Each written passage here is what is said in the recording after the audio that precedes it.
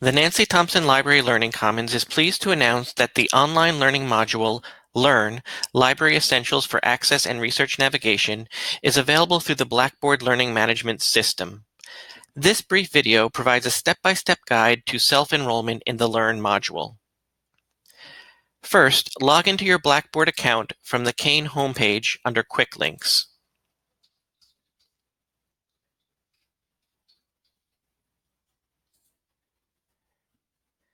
Then click Add Module button on the upper left. Scroll down to Course Search. Then click Add. Now scroll back up to the top of the page and click Courses toward the top right. Course Search will appear below My Courses. Type the course ID into the Course Search box.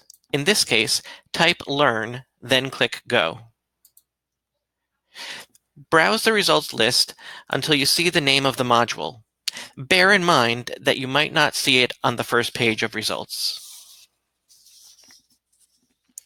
Hover your mouse over the module Library Essentials for Access and Research Navigation.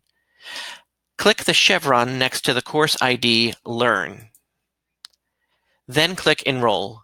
This will take you to the self-enrollment screen. Click Submit over on the right.